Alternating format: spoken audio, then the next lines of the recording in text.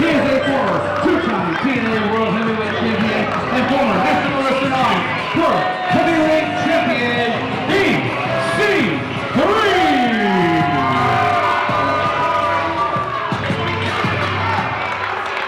Hold on, real fast. That is my favorite part of the show too. Can you do it again? Can you hit us with the main event? Can we all hit us with the main event? Rile it up, let's go. Once again, ladies and gentlemen, it is now time for the main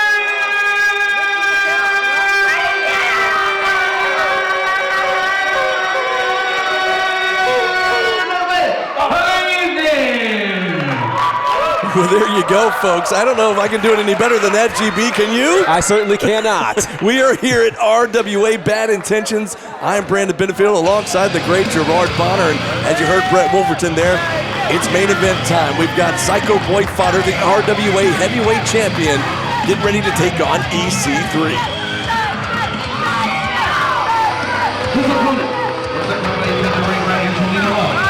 Weighing in at 239 pounds, he is the Revolution Wrestling Authority Heavyweight Champion, Psycho Boy Fodder!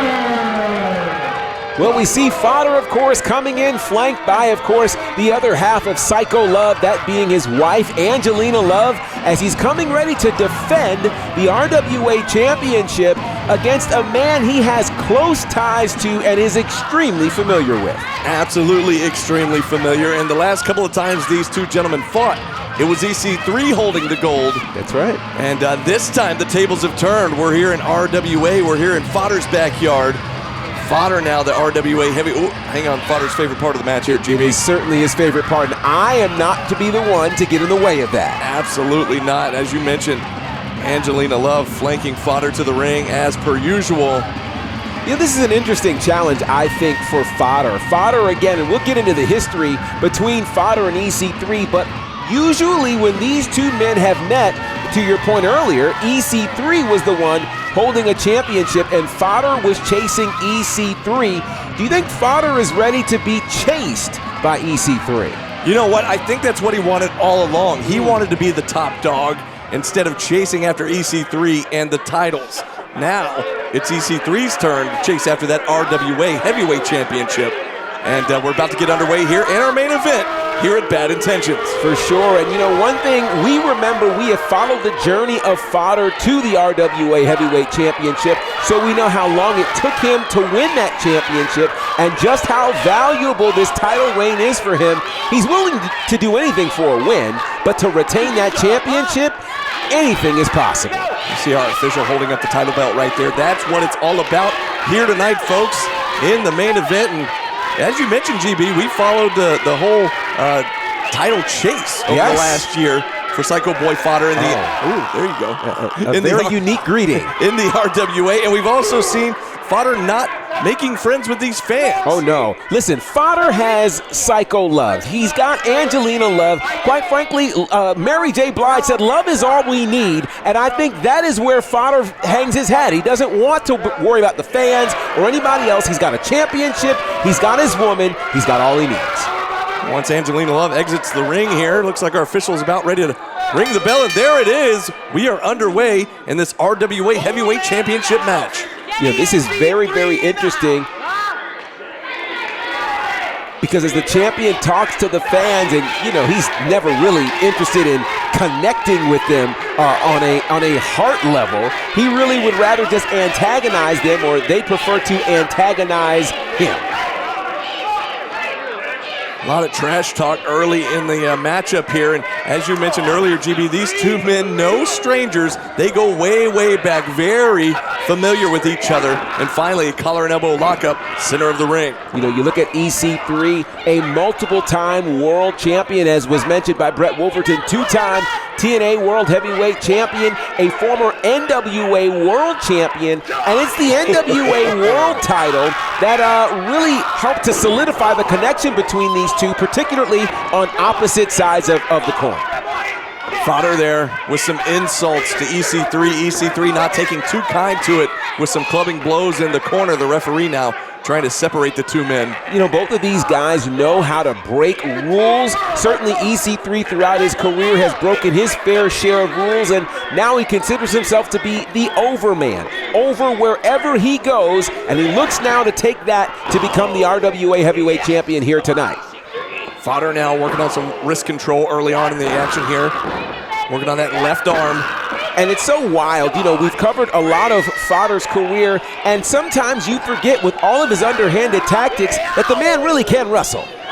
He absolutely can, and of course if you're EC3, you're very familiar as well with Angelina Love. Got to keep that head on a swivel and watch Love on the outside. Here's what's wild. We've seen Angelina Love, of course. She is quite the veteran here, and it looked like we almost had a count there, but it looks like a quick headlock of sorts, which I think Fodder is using to really keep the former NWA World Champion down. And this is what kind of boggles my mind. We've seen EC3 so much throughout the wrestling world that it's hard to believe that this is year number 23 for him in the wrestling business. Man, oh man, you see him counter into that side headlock. Now off the ropes with a shoulder tackle from the overman. And, you know, I start to wonder, with EC3, 23 years experience, the connection that he and Fodder have had over the years, is it possible that EC3 could be taking Fodder lightly? There's a very good chance of that, GP. We've seen Fodder really come into his own over the last couple of years. And as we mentioned, that whole title chase in 2024 and the title reign since then for Fodder has really stepped his game up and just really become the pinnacle here in RWA. Yeah, it certainly has. And, you know, the connection again between these two goes all the way back to the pandemic. You know, when EC3 was trying to help people control their own narrative, and one of the prospects that he connected with was Fodder. They've been connected literally since the beginning of Fodder's wrestling career. Absolutely, and they've traveled all over the country together. We've seen them down at District Atlanta, down there in Georgia. Certainly have. Now here they are in RWA, this time on opposing sides, and this time Fodder with the title. There is a clubbing blow from the Psycho Boy. You know, you got to think about it, as we mentioned, with the connection between EC3 and Fodder dating back to the start of Fodder's career. You know, how challenging is it when you're looking at kind of a student versus teacher relationship with Fodder right now having the upper hand coming into this match as champion? It's very challenging, but it's challenging for both men because, like we said earlier, you know, EC3, you look at Fodder there, hits hard after a double axe handle right to the chest from EC3. Now EC3 looking for a scoop slam.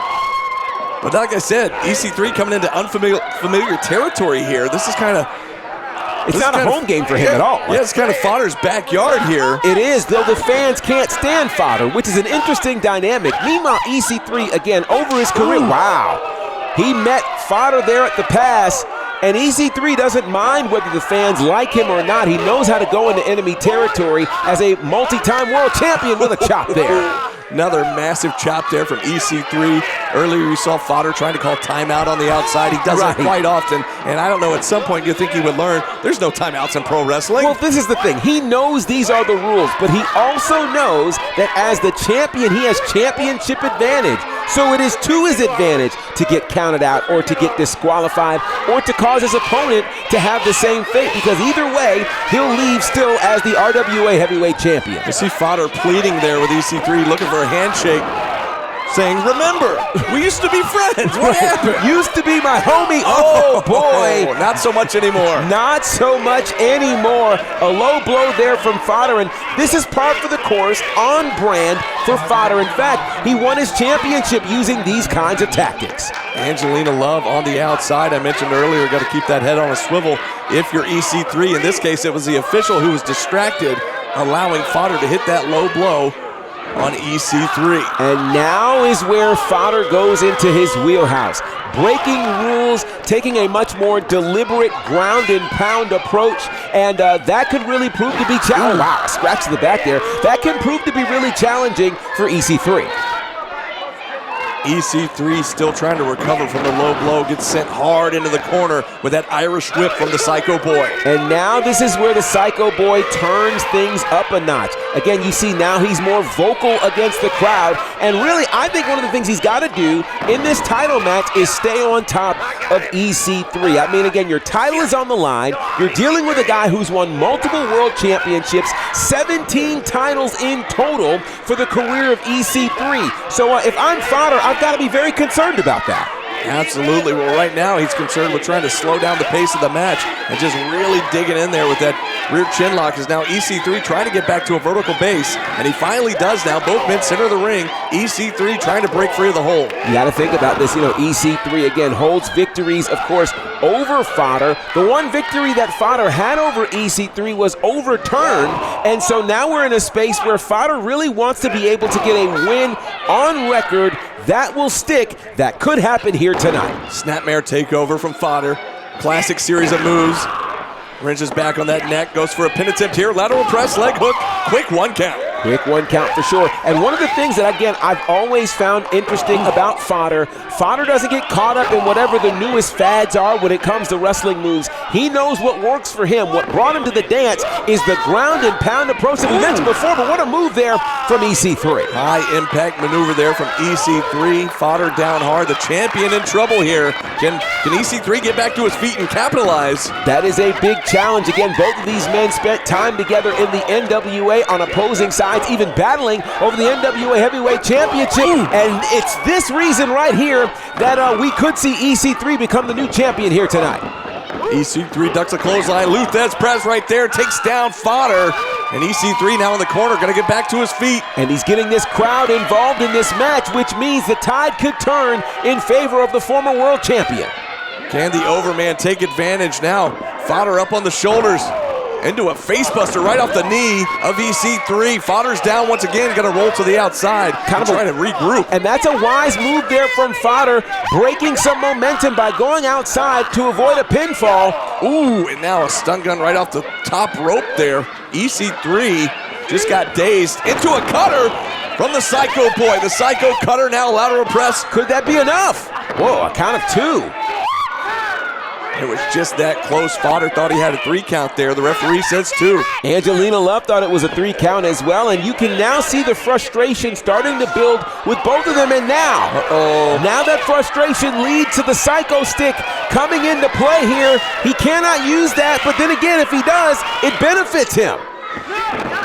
Wait a second, it got blocked. He went for a shot there on EC3, but EC3 caught the Psycho Stick.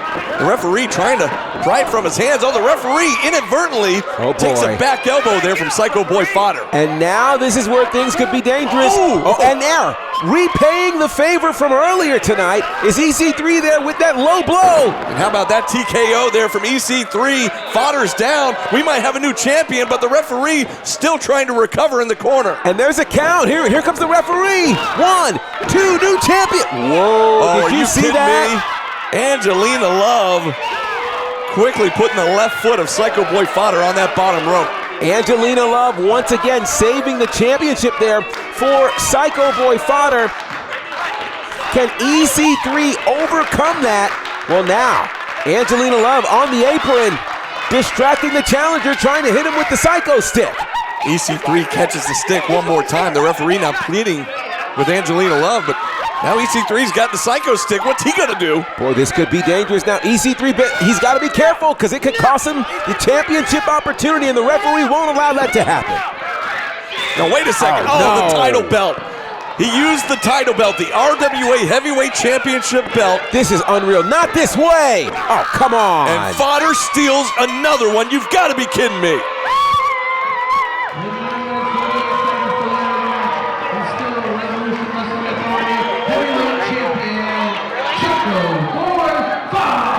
Psycho Boy Fodder, by hook or by crook, retains the RWA Heavyweight Championship and gets a measure of revenge at the same time on EC3. Unbelievable. It seems like we see it every title defense here from Psycho Boy Fodder. He retains the title once again here at RWA Bad Intentions.